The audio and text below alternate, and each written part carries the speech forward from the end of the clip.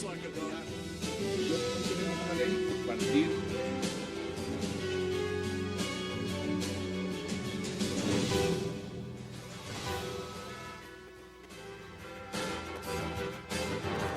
Bienvenidos a 360 grados, una visión global de la noticia, un espacio para debatir sobre todo lo que sucede en Colombia y en el mundo. Empezaremos hoy 360 hablando de un estudio en Reino Unido que dice que fumar marihuana es más saludable que consumir comida chatarra y que por esto hay que legalizarla. La Comisión de Políticas sobre Drogas de Reino Unido, organismo encargado del estudio, afirma que las miles de penalizaciones criminales que se imponen cada año por posesión de drogas, en su mayoría por consumo de marihuana, deberían reemplazarse por simples sanciones civiles. ¿Hace menos daño un porro que ir a un McDonald's? Hoy lo debatiremos aquí en 360. Y nuestro segundo tema será otra telenovela que tuvo su final el día de hoy, la del senador Eduardo Merlano, el célebre político que intimidó a unos patrulleros de policía al pedirle que se hiciera una prueba de alcoholemia. La Procuraduría destituyó e inhabilitó por 10 años al congresista Merlano, el hombre que se creía Superman, gracias a los 50,000 votos que obtuvo en las urnas. ¿Beneficia el caso Merlano a la reelección del procurador Ordóñez? Hoy debate aquí en 360. Y nuestro tercer tema de la noche serán las advertencias que está lanzando la Contralora General de la Nación, Sandra Morelli, advirtiendo que Colombia está al borde de un desastre ambiental. En una entrevista al periodista Yamid Amadi, publicada por el diario El Tiempo, la Contralora Morelli advierte que la crisis en el medio ambiente por Cerro Matoso, crisis por la Drummond, crisis en Santa Marta, crisis en Cartagena, crisis por Cerrejón. En realidad está Colombia al borde de un desastre ambiental ante la mirada inexperta del gobierno Santos. Lo debatiremos aquí esta noche. No se vayan, en segundos regresamos con nuestros invitados. Tenemos una ley por partir.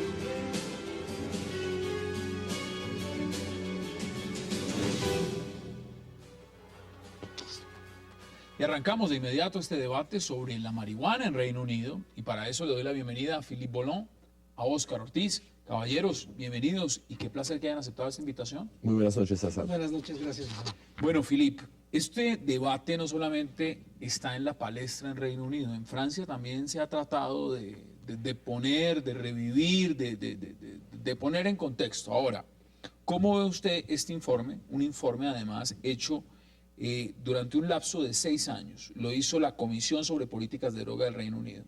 Y prácticamente está diciendo que hay que despenalizar la marihuana. Despenalizar, no legalizar. Exacto. Es decir, bueno, tomando el caso de Francia, Francia es un país atípico porque Francia representa mucho más drogados que Inglaterra. Estamos hablando de 7% en Inglaterra, que es el promedio europeo. Francia, de los 15 a 16 años, son más o menos 24%.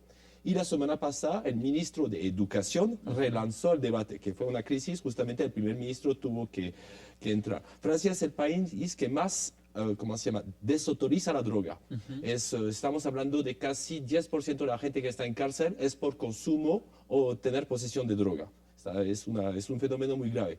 En este momento el debate está, siempre estará, entonces está mirando justamente, el problema es que obviamente Francia es distinto de Inglaterra, dado que la legislación es la legislación de 1970, donde el que tiene droga puede tener hasta 1 año de cárcel. Y si está vendiendo, bueno, si está... Oye, acá hay un tema muy grande en lo que tiene que ver los costos de combatir justamente el Sí, flagelo. pero eso es un falso debate. Es decir, que unos dicen, bueno, estaba el Miracle de Boston en Estados Unidos, donde dejaron de combatir justamente la droga para atacarse más a los homicidios, y sí funcionó. Pero el problema es que el costo que tiene, es decir, que en este momento estamos en crisis en Europa, entonces el costo más o menos fue calculado en Francia a 500 millones de euros. Entonces el costo que cuesta justamente combatir esto, y lo que vimos con Sarkozy, con represión total, eso no funcionó. Entonces es seguro que Ese es un antecedente importante que se puede poner sobre la mesa. Sí, pero bueno, entonces hay otras cosas éticas, pero es cierto que el costo no es tan importante, sí, en fuerzas de policía y en el sistema judicial, pero en este momento hay otro tipo de debate, justamente porque usted habla de este informe del Reino Unido, pero hace 2 semanas hubo un informe de Nueva Zelanda que demostraba que justamente el cannabis disminuía el coeficiente intelectual. Y la mayoría en los jóvenes de esta edad, de los que más consumen en Francia, estamos hablando de 15 a 16 años. Vamos a mirar la perspectiva. Óscar, bienvenido también. Muchas gracias, Sam. Ese es un informe. decían, fue un proceso de 6 años, pero en esos 6 años también se hacen muchos estudios, muchos parámetros. Ahora, recomienda el estudio eliminar como conducta criminal la posesión de pequeñas cantidades de cannabis, es decir, despenalizar la marihuana. ¿Cuál es su perspectiva frente a ese tema? Pues cada vez más vemos con frecuencia este debate en distintas partes del mundo. Hace 2 años, tal vez en octubre o noviembre del 2010, en el estado de California votó un plebiscito, una consulta popular para tomar una determinación de características similares, que finalmente no se adoptó, no fue aprobada. Vemos al ministro de Francia, vemos en el Reino Unido la situación colombiana y vemos el problema de salud pública. Digamos, lo novedoso que me parece del planteamiento del Reino Unido es compararlo, pues, por ejemplo, con la comida chatarra. Con los juegos de azar. O con los juegos de azar. Digamos, ahí hay un enfoque relativamente novedoso para un problema pues, que lleva décadas, que cada vez le reconocemos que no existe una política pública nacional e internacional adecuada. Vimos cómo, por ejemplo, en Holanda durante mucho tiempo se dejó, digamos, de un consumo libre que también ha sido reversado. Es decir, no hay todavía una fórmula sentada, no hay una última palabra. Y yo creo que en las características de un país como Colombia, donde tenemos organizaciones armadas al margen de la ley, vinculadas con organizaciones criminales, narcotraficantes, en una simbiosis tremenda, con una captura del Estado en proporciones importantes, no solamente locales, sino incluso pues, campañas presidenciales patrocinadas con recursos del narcotráfico, que va más allá del tema de salud, que es lo central de este asunto, pero que no se puede desligar del todo. Entonces es un tema que sigue abriendo. Precisamente el tema hay que debatirlo. Sí, y en la Cumbre de las Américas habían debatido este tema, justamente. No solamente México, eso, Colombia y otros, varios expresidentes han puesto sobre la mesa el tema. Mire, veamos apartes justamente de este informe y luego damos la bienvenida a otro de nuestros invitados para seguir ampliando el debate. Veamos apartes de ese estudio. Hay evidencia de que algunas campañas de educación pública o anuncios de servicio público pueden, de hecho, aumentar la probabilidad de usar drogas. Por ejemplo, en 2006, la Oficina de Responsabilidad del Gobierno de los Estados Unidos le recomendó eliminar 1.2 mil millones de dólares de la campaña nacional antidrogas, porque una evaluación independiente mostró que no tenía consecuencias en las tasas de iniciación en el cannabis o en la limitación del uso entre las personas que ya lo estaban utilizando, a pesar del hecho de que los jóvenes pudieron recordar los anuncios y dar comentarios favorables sobre ellos. Hagamos contacto también con Hugo Valderrama, es asistente terapéutico del Centro de Adicciones SIQUEM. Hugo, bienvenido y gracias por acompañarnos hasta ahora. No, señor, muchas gracias a ti por llamarme y por la invitación. Hugo, viendo este informe, lo que estamos debatiendo, usted es alguien que ha estado justamente en estos centros de adicciones. Tuvimos la oportunidad ya de debatir en otro momento lo que es el tratamiento y lo que puede significar este tipo de medidas. ¿Cómo ve usted los resultados que arroja este estudio en Reino Unido? Bueno, pues, ¿cómo te podría explicar yo a nivel terapéutico que podemos analizar sobre eso? Nunca va a ser viable el hecho de que sea legal el que se produzca y se venda drogas como tal. ¿Sí? No se puede patrocinar que las personas estén consumiendo, por más argumento que cualquier persona o cualquier investigador pueda dar al respecto. Mire, Filip, veámoslo en la perspectiva que lo plantea este estudio. Habla de la adicción a la comida chatarra, a los juegos de azar, y dice, es prácticamente igual. Puede ser hasta llegar a ser peor. En Francia hay una legislación justamente sobre la comida chatarra. Es decir, que usted si va a McDonald's no pueden conseguir el Big Side. No solamente, se puede. pero no solamente Entonces, el tema, es la adicción a consumirlo. O sea, es similar realmente, es similar esa adicción. El mercado de juego sacó el Ministerio del Presupuesto un informe hace unas semanas justamente sobre el juego de azar legal en Francia. Representa la compra de un Airbus de última generación cada día. Entonces sí hay adicción en juegos y más en los países europeos. El problema es una adicción. Aquí el problema es justamente, están hablando ciertos países, Portugal u otros, Uruguay creo, de legalizarla. Legalizarla es decir, ventas en farmacia, en lugares públicos. Ahí viene a ser un problema, porque justamente si analizamos económicamente Si lo vende más barato, obviamente la gente van a comprar en sus lugares. Pero el problema es que puede crecer justamente el número de personas que lo consume. Y si lo vende más caro, va a continuar este mercado negro. Entonces no creo que haya resultado. En este momento el problema es que hay una ineficacia de la lucha contra la droga. Ningún país sabe cómo hacer. Estados Unidos tenía prohibición ¿cómo se llama?, de alcohol durante un momento. Se dieron cuenta que cuando sacaron la prohibición, la mafia continuaba. Y no creo si legalizamos la droga a nivel mundial, que sea las drogas duras como la cocaína en Colombia, va a resolver problemas de los conflictos armados, porque siempre encontrar otras cosas de blanquear o de negociar. Puede ser trata de blancas, puede ser justamente otros productos. Claro. Mire, tengo que hacer una pausa. Le quiero agradecer a Hugo Valderrama. Gracias por habernos acompañado. Hagamos una breve pausa y ya regresamos en 360 para seguir debatiendo lo que es este informe, un informe publicado por la Comisión sobre Política de Drogas en Reino Unido, y habla de despenalizar la marihuana, comparándola y diciendo que tiene los mismos efectos de adicción que la comida chatarra o los juegos de azar. No se vayan, ya regresamos.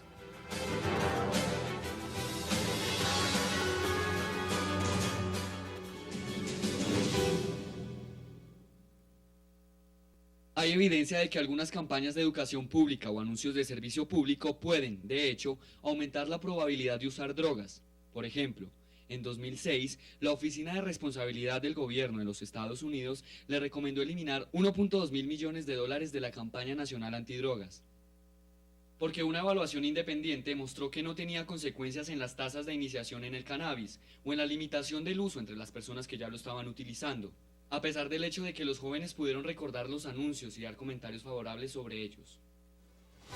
Regresamos a 360. Mire, Oscar, el informe A Fresh Approach to Drugs se llama, dice, asegura que es obvio que hay riesgos. Nadie va a negar que hay riesgos. Sin embargo, dice, son moderados y la sociedad puede aceptarlos, y hace énfasis, tal como lo hace con la comida, basura o con el juego.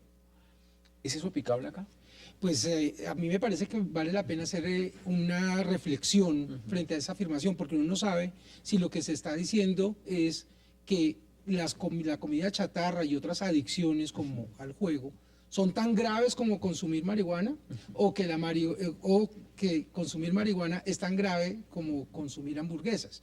Yo creo que, digamos, una primera impresión da la idea de que probablemente entonces lo de la marihuana no es tan grave. Yo creo que no podemos, quedarnos en esa comparación, simplificarlo de esa manera. Pero hay un tema muy interesante. Los estudios en Estados Unidos que más preocupan, digamos, en el tema de salud, que cuesta billones a los estadounidenses, es el tema de la obesidad. Sí. El tema de la obesidad. Y el tema de la obesidad representada justamente en la manera compulsiva, como parte de la sociedad moderna, solo come comida chatarra. Solo se alimenta a base de comida chatarra.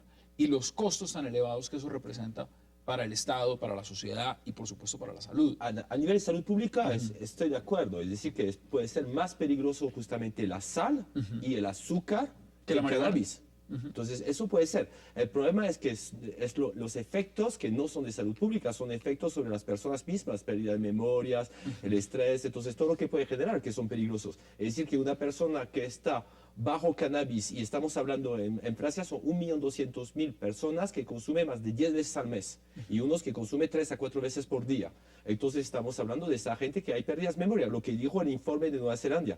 El informe en Inglaterra, que es un informe imparcial, estamos de acuerdo, está la policía, está todo. Están hablando de un consumo normal, regular, chiquito de esas sustancias. El problema es abusar, es como la sal o el azúcar. No está prohibido comer sal o tomar azúcar, pero el problema es si es de manera abusiva, es peligroso. Usted mencionaba, Philip, el tema de que el debate ya se haya puesto en la palestra, por ejemplo, en escenarios como la Cumbre de las Américas, que haya ya expresidentes que están hablando más abiertamente del tema de que decir, bueno, despenalicemos algunas, miremoslo en el tema de la legalización, algunos van más allá. En el marco de lo que eso puede representar en un continente, y hablemos dos países específicos, Colombia, México, que han vivido el narcotráfico, la guerra contra el narcotráfico, que han puesto miles de muertos, que realmente han sentido hasta la parte social y terrorista de lo que puede ser el narcotráfico. Ese debate está muy lejano por esos mismos factores. Yo creo que hay que tomarlo con pinzas. Hay una gran ventaja y es que lo estén poniendo los consumidores, porque siempre había habido una carga, ¿no es cierto?, donde había incluso allá cierta despreocupación por los temas de salud pública y había una indolencia por los impactos para ya no solamente la salud de los colombianos, sino para la salud de las instituciones, de la democracia misma, la supervivencia como organización social, como Estado.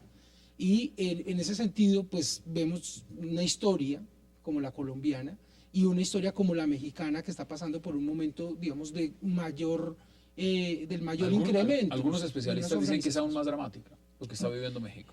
Sí, porque tal vez las organizaciones pues son sin esas pretensiones, tienen el aprendizaje probablemente del espejo colombiano, y las ayudas colombianas vemos como, por ejemplo, el general Naranjo pues está siendo consultado por el presidente mexicano. Yo creo que la situación de México y de Colombia son particularmente agudas y probablemente no sirven como punto de referencia, y en ese sentido creo que sí tenemos toda la autoridad moral como ciudadanos y como estados para revisar esto, pero sin darnos el lujo de dar la impresión de que vamos a bajar la guardia y desestimular nuestra fuerza pública, nuestra legislación, y aumentar, como venimos creciendo con el problema de salud pública y de consumidores, porque antes era un problema para nosotros de productores, y no abordar el tema sin tener en cuenta ese contexto que no es el mismo del de esos países que son fundamentales. Esto es un estudio que viene del Reino Unido y algunos dirán, bueno, los británicos son más liberales. Donde esto hubiera ocurrido en los Estados Unidos, donde el tema también tiene un traspié y el número de consumidores es muchísimo más alto, pero también hay estados, como lo mencionaba Oscar, en California y otros más, que han puesto el debate inicial y han dicho, mire, esto hay que resolverlo por la vía de la grandes ciudades, como Zúrich, por ejemplo, que no son, que son conservadores, justamente está Zúrich, está Frankfurt, entonces son varias ciudades europeas que ya tienen el debate y están dependizando. Entonces, no, pero yo no creo que la violencia se acabe si legalizamos la droga o lo despenalizamos, porque en Colombia, si no me equivoco, empezó con guerra de esmeraldas y con otras cosas. Entonces puede ser un factor agravante, pero no es el factor principal. En este momento el problema es que no haya solución. Es decir, que países, por ejemplo, como Portugal, que empezó a depenalizar, no es por eso que el consumo bajó. No es por eso que el país no está en quiebra. Entonces, en este momento, los estados están buscando la manera de... este informe lo que me interesa es justamente que compara las adicciones. La droga sí, lo pone en un tema nuevo y le dice, los costes para perseguir el consumo y el tráfico de drogas se han disparado y la guerra contra el narcotráfico genera una extensa corrupción, lo plantea de esta forma, que alcanza policías, jueces, banqueros, políticos. Es decir, pone a todo el marco social y del Estado en tela de juicio. Bueno, vamos a hacer una pausa porque el debate sigue abierto y, por supuesto, seguiremos mirando los estudios que vengan de este mismo tema. Y vamos a ir a una pausa y ya regresamos con otro tema de interés en Colombia que tiene el debate de la agenda abierta, y se trata del caso del senador Merlano. No se vayan, ya regresamos.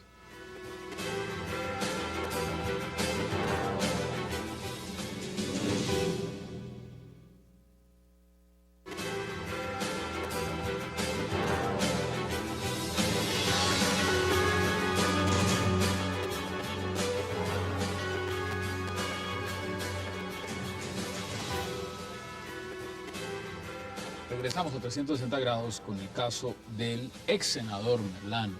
Ahora, Oscar, en este caso, y usted como SAR Anticorrupción tiene un criterio también muy especial en este tema, la Procuraduría General destituyó e inhabilitó por 10 años para ejercer cargos públicos al senador Eduardo Merlano.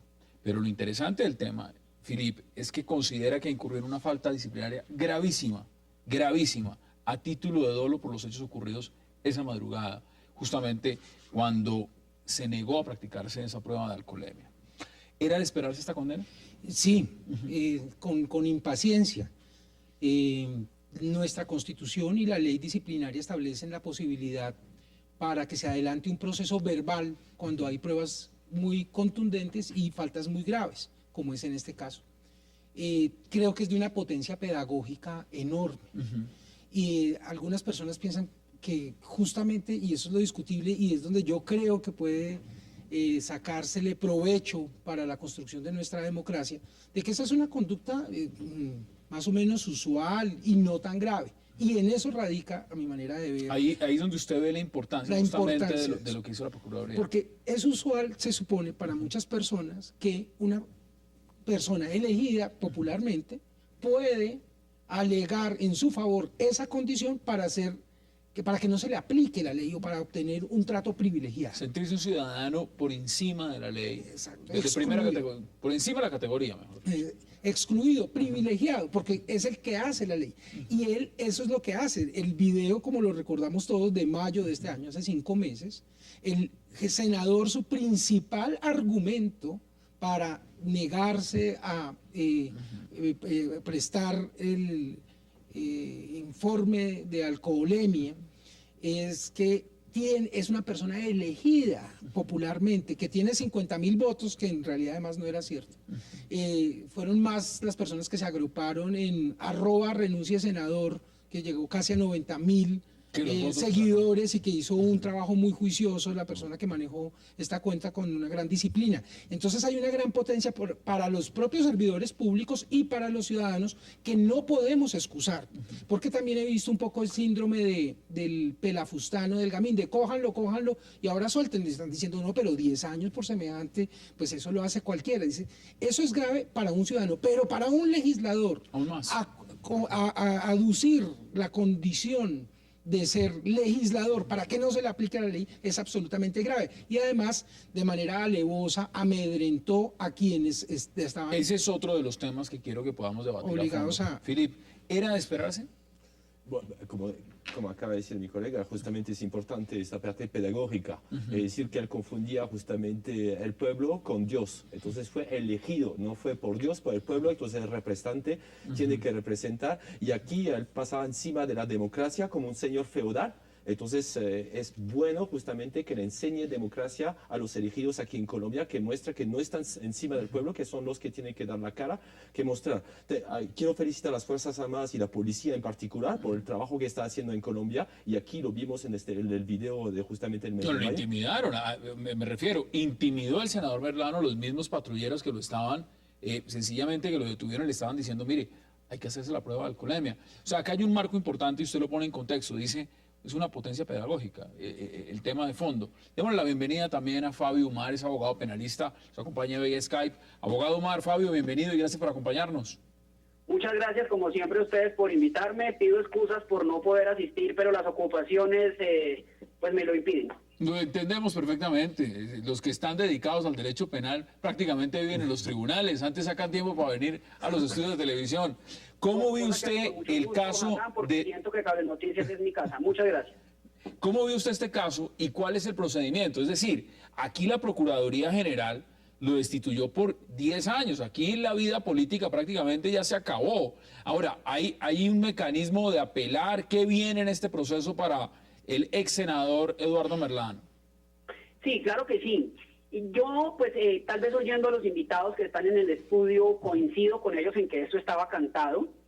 Tenían una prueba muy contundente, que era la grabación de los policías. Era de esperarse esta inhabilidad y esta destitución. El proceso que utilizó para destituirlo solo permite que se interponga el recurso de reposición, que es el recurso que se interpone ante el mismo funcionario que profirió la decisión. Recordemos rápidamente que hay 2 tipos de recursos, básicamente, el de reposición y el de apelación. El de apelación es ante el superior y el de reposición ante el mismo funcionario, que profirió la decisión. Es de esperarse, por supuesto, que la decisión sea ratificada por la procuradora que profirió la decisión. Una vez en firme esa decisión, el señor Merlano tendrá la posibilidad de demandar ante la jurisdicción de lo contencioso administrativo la decisión proferida por la Procuraduría el día de hoy. Mire, acá hay un tema político, porque estamos hablando también de una coyuntura, y es lo que significa la reelección del procurador Ordóñez. Muchos han dicho que sus fallos también, en alguna medida, ese talante de disciplina, ser tan contundente, le va a terminar favoreciendo. ¿Usted qué dice al respecto? Pues yo no creo que la decisión en este caso, porque me parece que no admite mayor controversia, haya sido, pueda alguien decir que está inspirada o motivada con el propósito de obtener unos efectos políticos, con el propósito de la reelección del Hay presión, digamos, por lo menos un caso que ha sido muy mediático, es un caso también donde se ha ejercido una gran presión y la presión está dentro del marco de la opinión pública. ¿Eso ha jugado también en la decisión de la Procuraduría? Yo creo que de manera muy importante. Este es un caso del siglo XXI. Un policía, en este caso sí, un servidor público, pero con una cámara que ahora cualquiera... Todos la tienen en un celular. Tenemos en un bolsillo, la cámara, sí. Fue captado por medio digital, fue divulgado por las redes sociales y en menos de una semana casi 90.000 personas, casi el doble de los votos que él decía tener para haber llegado a esa curul, se organizaron para hacerle seguimiento a cada una de las diligencias, alegatos, y me parece que fuera de la cuestión tecnológica y de las redes sociales y del Twitter, es también la expresión ciudadana directa, sin intermediarios, frente a las autoridades, inspirada en valores ciudadanos, haciendo valer el interés público. Entonces, en ese sentido, sí hay un alcance político. Y efectivamente, en medio de esta elección, yo creo que pues se comprueba una vez más que con el régimen vigente, este procurador sí ha demostrado fehacientemente, creo que llega casi a 2 docenas de congresistas y que han sido destituidos por este procurador. Entonces, en esa materia, creo que digamos, si fuera la primera... No, evidentemente vienen varios en serie. Pero durante los 4 años, que así ya completa, ha habido decisiones sin distinción de tipo político. Ya le voy a dar la palabra a Felipe. Veamos exactamente qué dijo la Procuradora en este caso y veamos aparte de lo que fue la parte resolutiva y, por supuesto, donde se dio sentencia.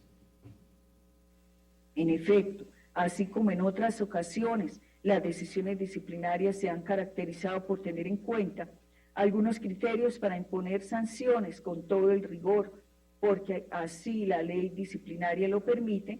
De la misma manera, y en esta ocasión, la Sala no encuentra ninguna imposibilidad para que al disciplinado se le aplique el término mínimo de ley fijado como inhabilidad general contenido en el Estatuto Disciplinario. En consecuencia, la sanción a imponer al señor senador Eduardo Carlos Merlano Morales será la de destitución y la de inhabilidad general por el término de 10 años. Filipe, me parece muy interesante porque usted es experto en el tema de redes sociales y aquí lo ha citado 2 veces, Oscar, el marco de lo que significa una cuenta en Twitter que reúne más de 90.000 personas siguiendo este caso, que se manifiestan, y pueden ser muchos más, porque el tema de la opinión pública es muy masivo. ¿Esto qué significado tiene desde ese punto de vista? La democracia gracias a Internet está ganando. Justamente la gente ahora tiene un medio de expresión para mostrar cosas, para unirse. ¿Pero de presión también? De presión, lo vimos con la reforma de la justicia. Es decir, que las redes sociales en este momento en este país cuenta. Es decir, lo vimos en España, lo estamos viendo en Colombia, donde justamente la gente ya no se traga culebras tan fácil, la gente empieza a mostrar por Internet, unirse, y justamente aquí vemos que no es dañino, es justamente para la democracia. La democracia está existiendo a través de esa red social, donde la gente está uniendo y mostrando argumentos, defendiendo, haciendo cambiar el país. Entonces, por bien, en este momento las redes sociales están influenciando fuertemente aquí en Colombia. Fabio, ¿esto qué antecedente deja? Por supuesto, desde el punto de vista, no solamente para los congresistas, sino también para cualquier persona, porque aquí se está haciendo una sanción directa contra alguien que ostenta, por supuesto, el grado de congresista y que tendría un estatus, pues evidentemente no frente a la ley, pero sí unos privilegios, por lo menos. ¿Qué antecedentes está sentando con este fallo contra el ex senador Merlano? Pues lo primero que hay que decir es que el procurador ha mostrado su mano durísima contra los actos de indisciplina, por ponerlo de alguna forma. Yo creo que ese es el senador o el congresista número 18 o 20 tal vez, que destituye con inhabilidades durísimas. Recordemos el caso, por ejemplo, de un exministro, Andrés Felipe Arias, creo que está inhabilitado 18 o 16 años para cumplir cargos públicos.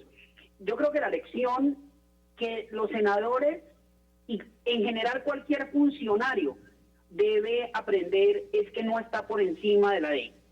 Mientras haya funcionarios del talante de la Contralora Sandra Morelli o del procurador, pues yo creo que los indisciplinados, en términos genéricos, quiero decir esto, los corruptos, las personas que no están apegadas al ordenamiento jurídico deben tener buena hora ha llegado este tipo de funcionarios al Estado colombiano, falta que nos hacía. Pensar que el caso Merlano se hubiera presentado hace 10 o 15 años era absolutamente impensable. Yo creo que las redes sociales han jugado un papel importante, pero ante todo se está haciendo cumplir la ley. El estatuto con que se sancionó al senador Merlano, pues es un estatuto relativamente antiguo, tiene ya muchos años de vigencia, así que el tema era de aplicación, no de que se requiriera tener estatutos más sólidos o más fuertes o más agresivos. Se requería la voluntad política por parte de un procurador para utilizar esas herramientas que le daba la ley. Frente a lo que usted está diciendo, el tema de la reelección del procurador, ¿eso le juega también con este fallo? Porque no podemos desligarlo también. Es decir, aquí se está dando una sanción plena y esto también, algunos dirán, puede tener repercusiones favorables para el procurador. ¿Usted qué dice? Pues mire, yo doy por descontada la reelección del procurador.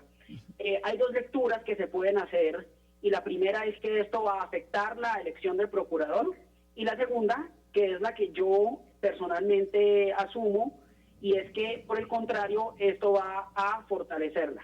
Primero, porque la ciudadanía va a encontrar en el procurador esa voz que toda la vida ha ignorado, y no creo que el Congreso sea tan torpe de irse en contravía de eso, por un lado. Y segundo, recordemos que la mayoría de los congresistas tienen de una u otra forma investigaciones disciplinarias en la Procuraduría. Así que ahí juega un poco ese tema de temores, ¿no? Yo te investigo, entonces tú votas por mí. Ahí hay un mal diseño constitucional, en tanto que el procurador investiga al Senado y el Senado lo elige. ¿Qué dice al respecto? Pues tal vez si fuera popular, serviría la decisión de elegir al procurador, pues probablemente con esto aumentara la popularidad. Pero yo creo que la popularidad entre las curules del Congreso, cuando estamos hablando de que lleva casi 2 docenas de congresistas castigados, pues no debe ser mayor. Y pues sencillamente no lo eligen y se quitan esa amenaza. Esa amenaza eso puede estar... Bueno, y el debate lo hemos hecho acá, o sea, justamente lo que está en juego, evidentemente, y también la falta de competencia que tiene directa para el cargo. Miren, hagamos una pausa muy breve y ya regresamos para seguir debatiendo lo que significa esta condena que ha dado la Procuraduría contra tema disciplinario, contra el ex senador Eduardo Merlano. No se vayan, ya regresamos.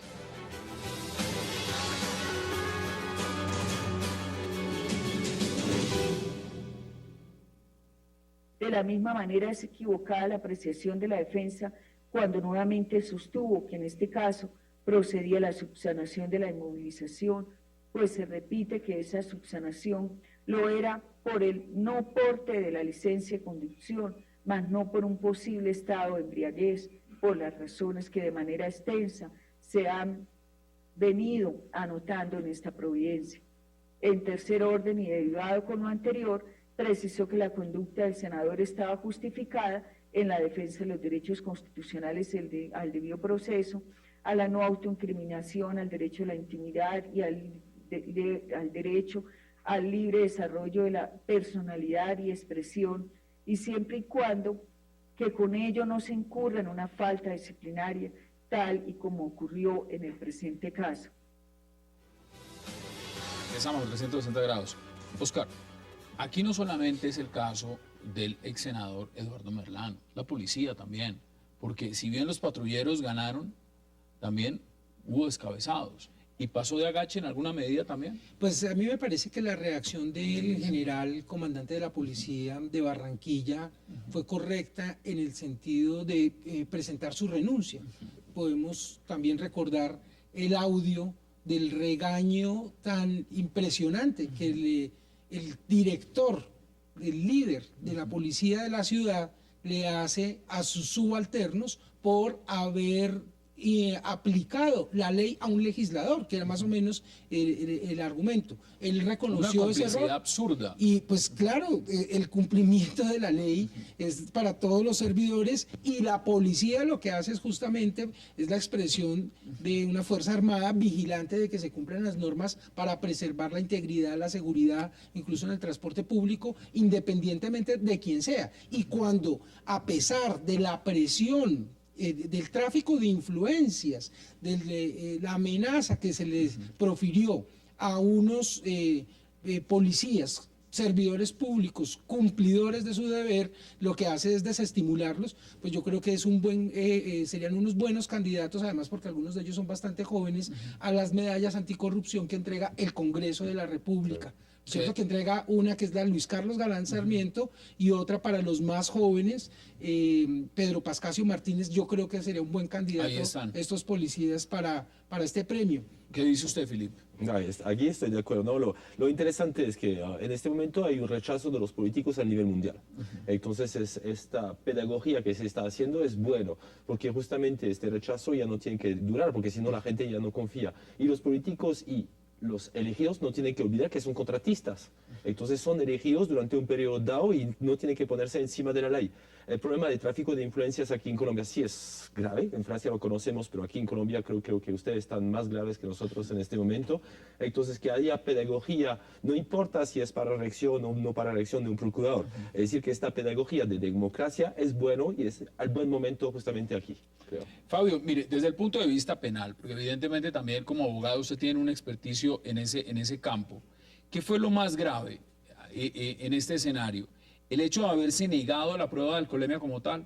¿O el hecho de haber retado y haberse envalentonado contra los agentes de la policía y por supuesto haber hecho sentir que el hecho de ser congresista era lo que lo exoneraba de cualquier responsabilidad? ¿Eso realmente fue lo que lo condenó? Sí, yo creo que sí. Desde el punto de vista legal, yo no estoy seguro que la prueba de alcoholemia sea obligatoria.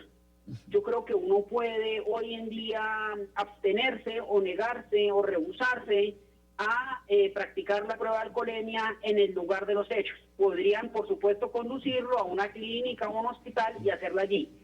Pero es que, a ver, Hassan, esa actitud mafiosa que está tan imbrincada en los colombianos, comillas, usted no sabe con quién está hablando, usted no sabe quién soy yo, que lo que quiere transmitir es un mensaje de superioridad al ordenamiento jurídico, es lo que se está castigando el día de hoy.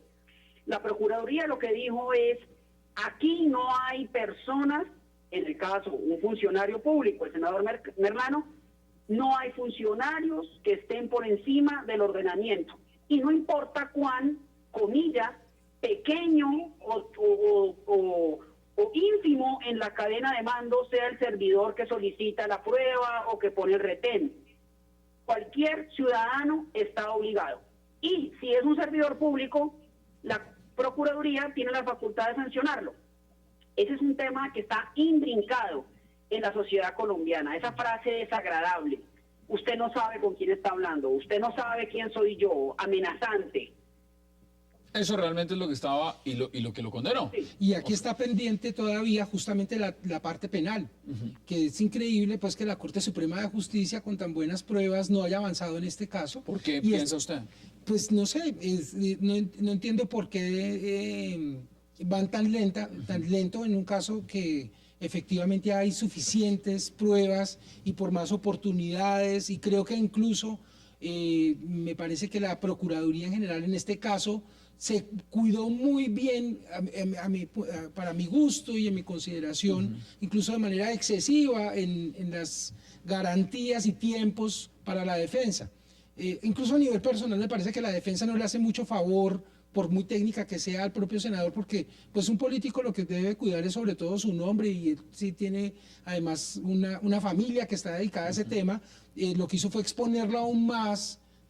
Fue una defensa además muy agresiva porque trató de perseguir a los patrulleros, los trató de poner contra la pared y decir, ustedes tenían permiso para grabar, ustedes tenían permiso para hacer ese tipo de cosas, y realmente esa parte de la defensa lo que terminó fue desfavoreciéndolo completamente. Sí, me parece que no tiene ninguna presentación política y ética hacer una defensa en esos términos, incluso creo que eso lo castiga aún más en materia política, pero aquí está pendiente el tema penal, que yo creo que aquí hay un delito de tráfico de influencias, ya no solo un caso disciplinario, sino también la pérdida de investidura, que está prevista para 20 días y en el Consejo de Estado también con tantas pruebas y no avanza y se está generando una muy mala práctica que ahora los casos de pérdida de investidura de 20 días se demoran 2 o 3 años como el caso de Iván Moreno. ¿Qué dice usted al respecto, Fabio? Sí, definitivamente las actuaciones de los ciudadanos, especialmente de los servidores públicos, están sujetos a 3 regímenes de disciplina distinto: la disciplina penal, la disciplina fiscal y la disciplina propiamente de la Procuraduría. Ya vimos, la Procuraduría se pronunció, la Contraloría no tendría lugar a hacerlo porque no hay un detrimento patrimonial, y quedaría, por supuesto, el asunto penal acompañado de la pérdida de investidura en el Consejo de Estado. Recordemos que la disciplina penal, si se quiere, el régimen penal, pues debe ser mucho más garantista. No es tan fácil condenar en el régimen penal como se hace en otros regímenes, por ejemplo, el fiscal o el disciplinario. Aquí estaríamos hablando posiblemente de delitos que priven a las personas de su libertad. Por ejemplo, a mí no me cabe la menor duda que en ese momento el senador Merlano profirió amenazas en contra de los policiales. Y el delito de amenazas está evidentemente consagrado en el Código Penal. Incluso podría uno hablar del delito de constreñimiento. En esa medida concurro con el otro panelista en el sentido que la Corte Suprema de Justicia debe avanzar en las investigaciones propias penales. Bueno, ahora hay un tema que no podemos dejar de lado, y es el siguiente: ¿quién lo va a reemplazar? Bueno, el sistema nos arroja la siguiente información, y es que en este caso asumiría la curul del senador Merlano Astrid Sánchez Montes de Oca, hermana del excongresista chocoano Boris Odín Montes de Oca, Sánchez Montes de Oca, que ha sido condenado por parapolítica. Es decir, ese es el destino que le espera a esa curul. Sí, parece ser de una familia en otra familia. Filip, ¿cómo ve usted ese balance realmente de lo que significa la clase política en Colombia? Lamentablemente decirlo de esa manera. No, es grave. Es bueno que Colombia y los senadores acaban de recibir una lección de democracia. Eso es, me felicito. Como si les importara a algunos, ¿no? Pero realmente... Falta lo penal y falta justamente hacer una limpieza más de fondo, como decía el otro panelista por Skype, es decir, que hay una mafia que desenterrar, lo sabemos aquí en este país, y eso viene a ser el gran problema. Pero miren, si uno lo mira en el contexto, usted lo está diciendo, alguien que fue condenado ya, y la herencia sigue en la familia, es decir, y aquí lo que estamos viendo es alguien que viene a ser inhabilitado, que va a perder justamente la investidura, y uno esperaría que quien hereda el cargo evidentemente sea la persona más calificada, y sin embargo viene con algunos antecedentes y con algunos tintes. ¿Eso es garantista realmente en el legislativo? Pues digamos, hay una responsabilidad del partido, porque cómo se integran las listas y además cómo efectivamente la gente vota. Digamos, un comportamiento tan reprobable como el del senador Merlano, que hoy recibe castigo, y que la gente efectivamente expresó su indignación constructiva alrededor de este caso, no debe paralizarnos, sino que debe al contrario servir de entusiasmo y de aliciente para demostrar que sí hay victorias a través de estas indignaciones, que sí se tiene poder a través del teléfono celular y de las redes sociales y de la presión. Hay expresiones como esta sucesión, ¿no es cierto?, el partido y cuáles son los criterios a la hora de integrar sus listas, pero la gente muchas veces le exige a los políticos que se comporte así para obtener una ventaja a la hora de llegar a una curul, que le otorgue un contrato, un puesto, una gestión privilegiada. Y por otra parte, creo que esas expresiones incluso tienen reflejo gravísimo desde hace desde el año 2011 en nuestra propia Constitución. Yo creo que podríamos lanzar la campaña de desmerlanizar la Constitución. Hay una norma desde el año 2011 que le permite a los congresistas legislar en beneficio propio, y eso fue el antecedente para que se expidiera la reforma a la justicia. Yo creo que como un paso más allá del caso Merlano, debiéramos desmerlanizar e impulsar y hacerle seguimiento al proyecto que deroga esa reforma. Usted ya acuñó, como muchos, el término, desmerlanizar. Ahora vamos a hacer una pausa. Quiero agradecerle a Fabio Umar, abogado penalista, por habernos acompañado. Gracias, Fabio, como siempre, un verdadero placer.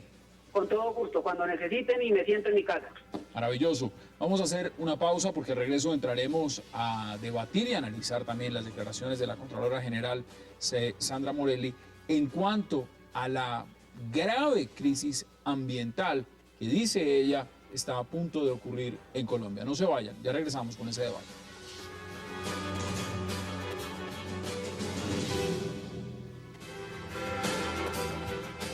Regresamos a 360 grados y entramos en el último debate de la noche, que tiene que ver, por supuesto, con las declaraciones de la Contralora General Sandra Morelli, cuando advierte de un desastre ambiental, una crisis profunda en el tema ambiental en Colombia. Y para eso le doy la bienvenida también a Mario Valencia, consultor económico y político. Mario, bienvenido. Gracias, Hassan. Buenas noches. ¿Usted cómo ve esas declaraciones? ¿Es eso cierto lo que dice la Contralora? Sí, yo creo que es cierto. Mire, yo creo que además lo que dice la Contralora ocurre en este contexto.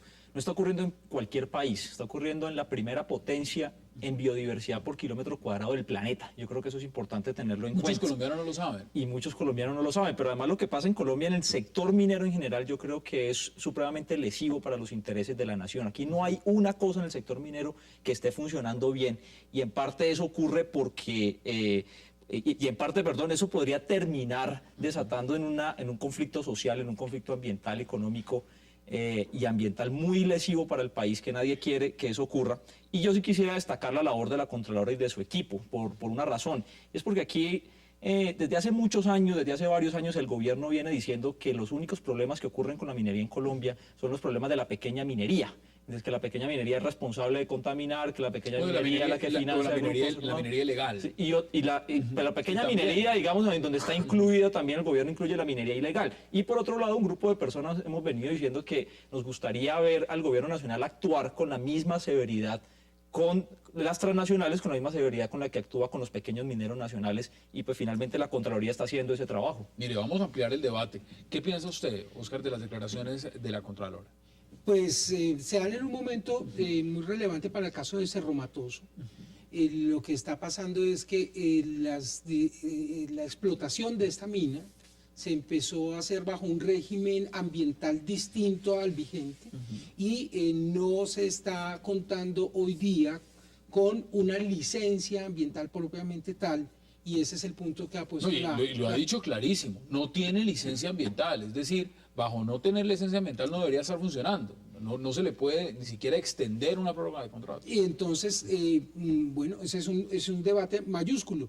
Y me parece muy oportuno, porque dado el contexto de nuestra riqueza biológica, ¿no es cierto? Y dada el auge y la confianza que se ha ganado para invertir, pues la confianza no puede estar al punto de la depredación ambiental, sociológica y cultural, porque también en algunos casos incluso algunas disposiciones jurisprudenciales han puesto por encima, en algunos casos, los temas ambientales por encima de consideraciones humanas. No quiero desviar el tema, pero yo creo que efectivamente, cuando hay una altísima inversión internacional, una demanda grande por recursos mineros, pues debe haber un entramado institucional, y nuestra Constitución, la del 91, es una Constitución verde y le impone a la Contraloría una tarea nueva en temas ambientales. Importante lo que usted dice, porque también esto es un órgano de control,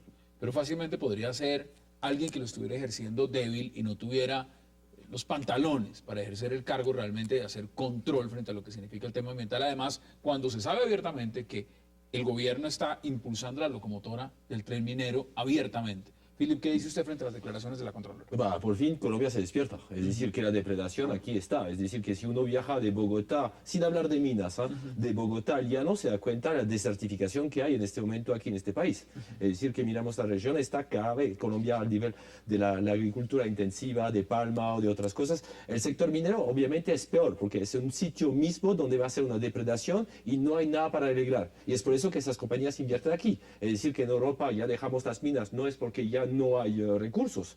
Los recursos están todavía en frontera entre Francia y Alemania, pero el desastre ecológico sería más grave. Entonces, entienden perfectamente lo que significa además explotación a cielo abierto. Mire, obviamente. Temas importantes. ¿Cómo ven ustedes la coyuntura? Porque no solamente la Contralora denuncia esos temas, sino que la emprende directamente contra el Ministerio de Medio Ambiente y contra el ministro. Es que la Contralora tiene razón, es decir, empresas como Cerromatoso, lo mencionaba Oscar, que ocurre en ese contexto, esa empresa, BHP Billinton, que es una empresa la que opera Cerromatoso, esa empresa no tiene licencia ambiental por una razón muy sencilla. Cuando a esa empresa se le da el permiso ambiental en el año 82, después en el año 93 cambia la legislación y se le exige a todas las empresas que tengan un plan de manejo ambiental y una licencia que esta empresa no tiene. Esta empresa ha venido actuando a través de actos administrativos, pero no tiene como tal una licencia ambiental. Pero además lo que dice la Contralora es que BHP Billinton viene incumpliendo sistemáticamente con lo que debe hacer en materia ambiental, que no cumple ni el 10% de lo que debería hacer. Pero no debería estar el Ministerio de Medio Ambiente justamente. Es que uno lo que esperaría es eso. Justamente lo que uno esperaría es que no fuera la Contralora ya cuando las cosas han ocurrido, ya cuando el desastre ambiental ya se ha causado, que actuara, sino que el Estado controlara a estas empresas, ejerciera un control, una veeduría, una fiscalización permanente a esas empresas, que es lo que no está ocurriendo hoy, es una de las críticas que se le hace al gobierno. No hay control de parte del Estado, ni en materia de regalías, ni en materia de impuestos para esas empresas, ni en materia laboral, y mucho menos en materia ambiental. ¿Desde cuándo? No es este gobierno, estamos hablando de gobiernos anteriores también. Sí. Es decir, que este control, el problema es que también lo quieren poner en la escena político, que es actual, pero esto viene justamente desde hace tiempo. ¿Ustedes creen que hay un problema? El problema radica estructuralmente en la misma posición de que hay un Ministerio de Medio Ambiente que forma parte del Ejecutivo, que evidentemente es una cuota del gobierno, porque funciona para el gobierno, le rinde cuentas al gobierno, pero que eso lo limita extremadamente, es decir, porque no puede ir en contravía de los mismos intereses de lo que diga el presidente, de lo que diga el gobierno,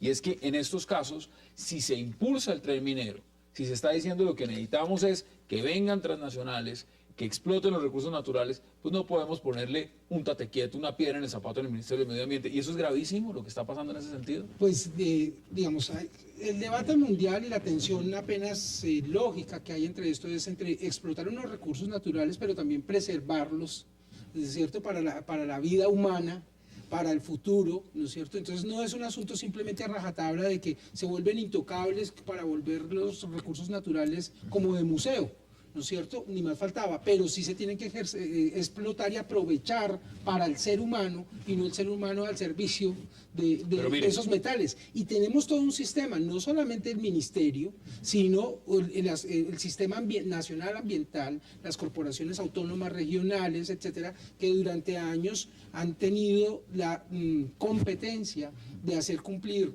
estos requisitos, vigilarlos, etcétera. Y por otro lado, como lo decía muy bien Mario, hacer también muy bien las liquidaciones sobre lo que el Estado colombiano debe percibir, no solamente si está pagando lo suficiente o no, sino sobre lo que se debe liquidar, se debe hacer de manera correcta. Yo hace unos años pedí la destitución y la suspensión incluso del alcalde de Montelíbano, que recibe miles de millones de pesos y hay unos casos de corrupción enorme, pero hay iniciativas de empresas a nivel internacional de explotación minera que están pendientes de ver que los estados no se roben la plata que reciben producto de la explotación de estos recursos, pero no colaboran tanto en verificar cómo se liquidan, a ver si los estados efectivamente reciben lo que deberían. Veamos declaraciones justamente de la Contralora y volvemos al debate.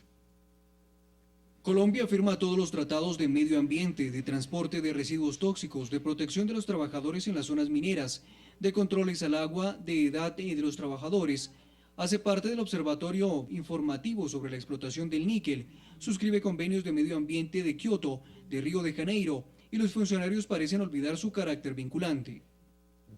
Mario, usted quería intervenir, luego le doy la palabra a Felipe. Sí, es que yo creo que este problema, yo creo que es un problema de fondo, yo creo que es un problema de política estatal. Insisto en una cosa, esto es una locomotora sin control, que el Estado no ejerce ninguna fiscalización. La Contraloría ha dicho sistemáticamente, reiteradamente en los últimos años, que aquí las multinacionales mineras actúan de buena fe, o sea, de buena fe pagan las regalías, de buena fe el Estado les cree que están cumpliendo con los impactos ambientales, y lo que está ocurriendo en el país es muy grave. Mire, lo decía Felipe en la carretera aquí yendo para Meta, pero váyanse, por ejemplo, al Cesar, a La Guajira o a Córdoba y miren el desastre ambiental que está ocurriendo en esas zonas. O sea, son regiones devastadas por la minería, regiones donde antes había agricultura, ya no hay agricultura, ya no pueden ni siquiera vivir ahí las comunidades se tienen que desplazar de sus territorios porque en esos sitios ya no se puede vivir, físicamente no puede haber vida en esos sitios. Pero hago de abogado del diablo. Miren lo que están diciendo también ministros que han pasado por la cartera de minas y están diciendo lo siguiente: se están pidiendo requisitos, esto no es minería ilegal, se están trayendo compañías reconocidas que tienen un estándar internacional, que de una u otra manera, si se va a hablar de minería en alta capacidad de explotación, pues tienen que venir los grandes. Y están viniendo los grandes con los requisitos internacionales y están cumpliendo las hojas de ruta. Frente a ese argumento, ¿qué se puede decir? Porque el país tampoco se puede quedar diciendo, pues no explotemos los recursos. Evidentemente tiene que haber balanzas, pesos y contrapesos. Ahora, frente a ese argumento también, ¿qué se dice entonces? No, pero el problema es que el tema de salud pública está en segundo nivel. Voy a tomar un sector que hablaste, el sector el debate anterior, tecnología de información y comunicación.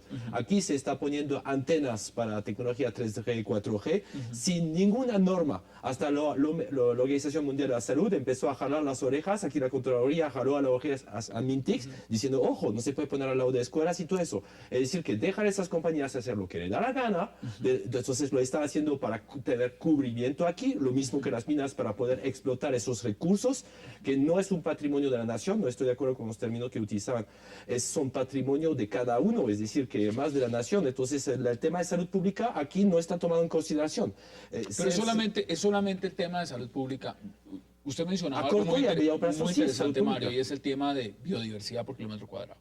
Es decir, acá hay aguas subterráneas, aquí se están desviando ríos. Sí. Y ríos, por ejemplo, si hablamos del tema ranchería, en La Guajira, vital para los guayú, una zona desértica en Colombia. El quien conoce la Alta Guajira sabe que hacia allá no hay agua, que lo que llega es ese río y que representa no solamente un tema cultural, sino un recurso hídrico fundamental para una población ancestral que lleva en este territorio muchísimos cientos de años. Y aquí estamos hablando de desviarlo 26 kilómetros para cumplir los beneficios. ¿Sabe qué le están ofreciendo?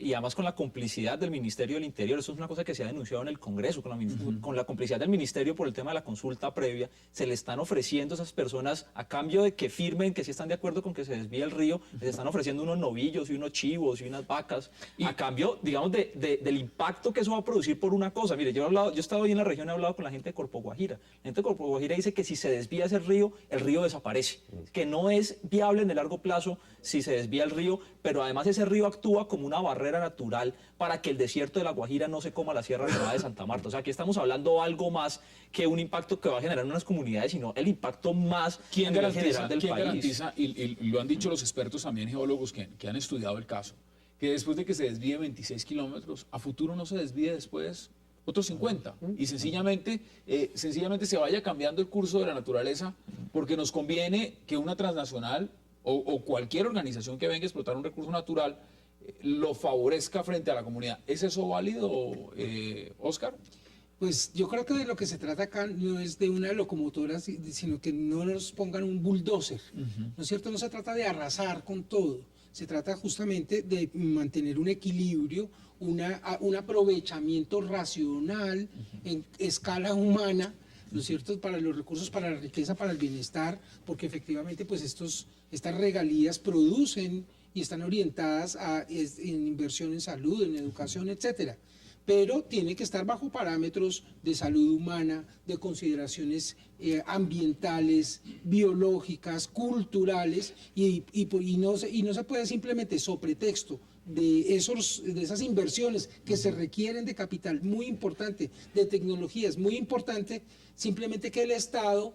es que aquí lo que estamos de por medio frente a este tipo de organizaciones privadas es que a veces hay organizaciones privadas más poderosas que los propios estados. Entonces, si los estados son. no se organizan y las sociedades para tener unos regímenes que efectivamente regulen y vigilen que las regulaciones se cumplan, pues ese capital puede No, se lo está arrasar. diciendo, es debilidad en el tema. Ya le voy a dar la palabra a Felipe, hagamos una breve pausa, la última de esta noche, y continuamos debatiendo lo que significan estas declaraciones de la Contralora General de Colombia, Sandra Morelli, cuando dice que hay un desastre ambiental, una crisis ambiental enorme en Colombia. No se vayan, ya regresamos.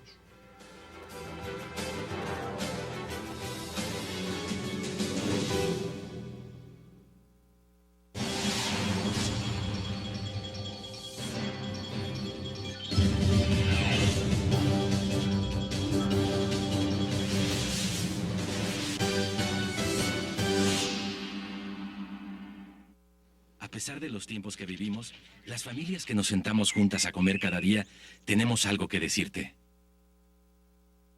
Nos reunimos todos en casa, todo lo bueno vuelve otra vez. El cambiar el mundo comienza con 4 patas y un plan. En Coca-Cola creemos que la felicidad también se cocina en casa. Por eso hicimos la primera campaña de publicidad hecha por familias como la tuya.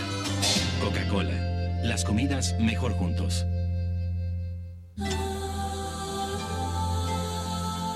Un lugar de escape, donde podrá crear su propia experiencia y recobrar su energía vital. Elixia Spa, con productos profesionales de orígenes marinos, naturales y exóticos y las más diversas técnicas de masajes. Casa Dan Carton, amabilidad y excelencia con el respaldo de Hoteles Dan.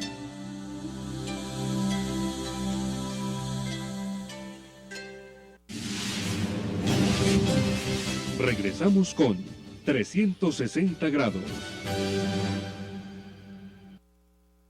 En licencias ambientales estamos muy mal. El ministro está equivocadísimo. Él no puede actuar como abogado y afirmar, sin que ello sea cierto, que ellos sí tienen licencia ambiental. Resulta que los permisos que invocan los concesionarios fueron declarados inconstitucionales por la Corte y hubo también decisión del Consejo de Estado. Cerro Matoso no tiene licencia ambiental y no hace manejo adecuado del medio ambiente. Mario, no solamente, y lo voy a citar rápidamente, mire, crisis en Cerro Matoso, crisis en La Drummond, crisis en Santa Marta, crisis en Cartagena, crisis en el Cerrejón. Si uno lo mira en un contexto, y aquí ni siquiera se ha mencionado el tema de los páramos, que es un tema también muy importante donde se ha pronunciado la Contraloría.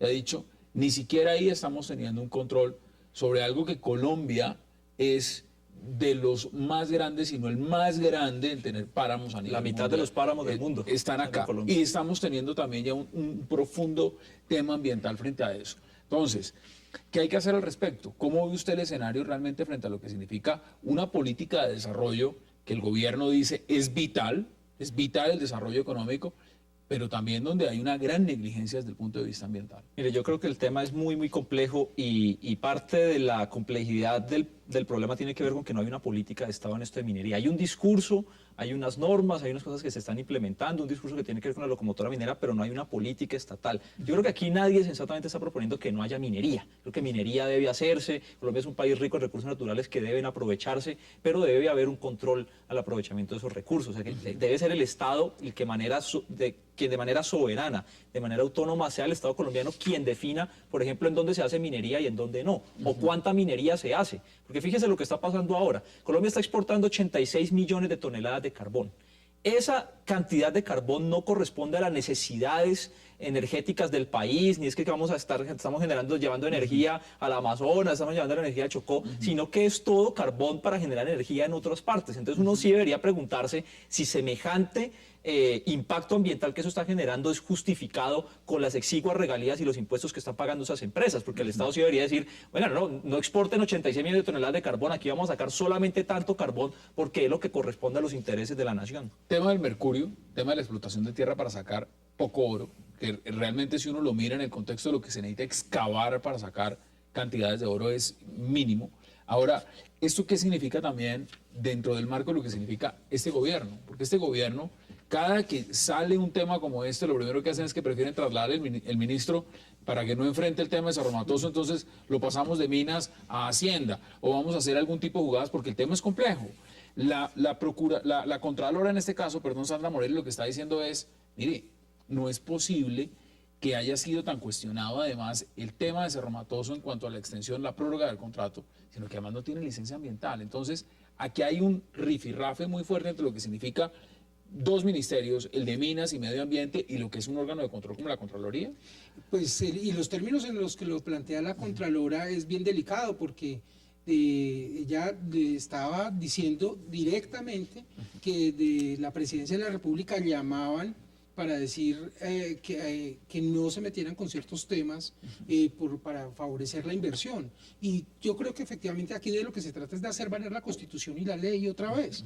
Es que aquí no se trata de... Vuelvo y digo, menos mal tenemos esta Contralora, porque fácilmente podría ser otro y sencillamente hace oídos sordos y dice, vamos a hacer lo que diga el gobierno. Y la Constitución del 91 tiene una serie de pautas ambientales muy importantes y un encargo muy especial en el que está en deuda la Contraloría, porque antes tenía una misión de control sobre los recursos monetarios, pero ahora específicamente por Constitución se le ordena una protección sobre los recursos ambientales. Yo creo que efectivamente esto no es el caso de Cerro Matoso, sino, como lo decía Mario, un problema de que no ha habido la construcción de una política y una determinación clara para tener unos incentivos para que haya la inversión necesaria que se requiere para aprovechar esos recursos, pero sin depredar al ser humano, ni las culturas, ni el ambiente. Y eso es lo difícil. ¿Cuáles son las conclusiones? Nos quedan 3 minutos para concluir, cada uno en un minuto. Esos próximos años vamos a ver quién manda aquí, si Colombia es un Estado soberano o como un país africano donde mandan las multinacionales que hacen lo que le da la gana.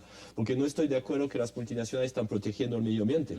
Tomando solamente el caso de una empresa francesa que es Total Elfina, podemos ver los desastres ecológicos que están haciendo en África, deshaciendo presidente. Entonces aquí hay que ver justamente que el gobierno no se está pronunciando en este momento quién está mandando este país.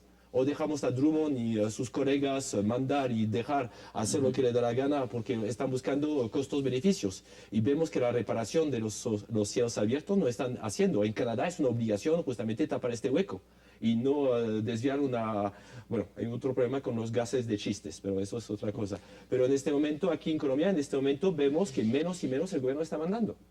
¿Cuáles son sus conclusiones en un minuto? Yo creo que hay una cosa Mario, que dice Philip que es muy importante. Mire, estas empresas están viniendo a hacer aquí a Colombia lo que ya no pueden hacer en Europa, lo que no pueden hacer en Estados Unidos. De hecho, hay un estudio muy interesante en la revista Science de un estudio de impacto ambiental que hacen en los Montes Apalaches.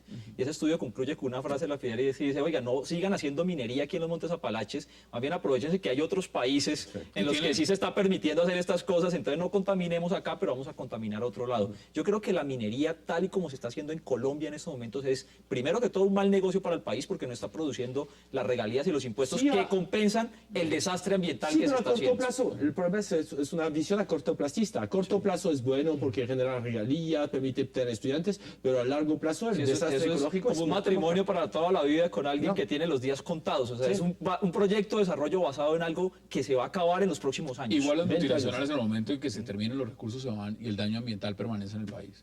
Si Colombia continúa siendo un país de commodities, es decir, que en 20 años Colombia va a ser la crisis tenaz, es decir, que en este momento ya están sonando las campanas y no lo está diciendo cualquiera, no lo está diciendo como lo han puesto en el contexto algunos geólogos y algunos estudiosos del tema minero en Colombia, lo está diciendo la Contraloría General. Si no se prenden las alarmas en este momento, el futuro en este marco es desastroso. Conclusiones en un minuto. Pues yo creo que la respuesta debería ser del propio presidente de la República, porque no es la Contralora habla de los ministros, pero quien finalmente orienta y tiene que establecer la posición definitiva es el propio presidente de la República. ¿Usted sí cree que hay un demonazo en ese sentido? Pues vamos a ver, yo creo que efectivamente la Contraloría por fin está asumiendo en serio el encargo constitucional de velar por los recursos biológicos de la nación.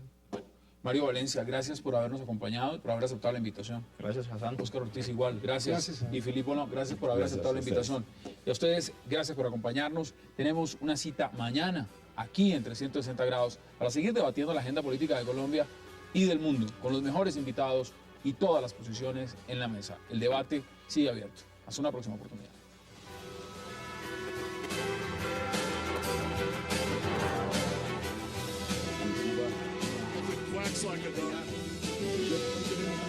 Like a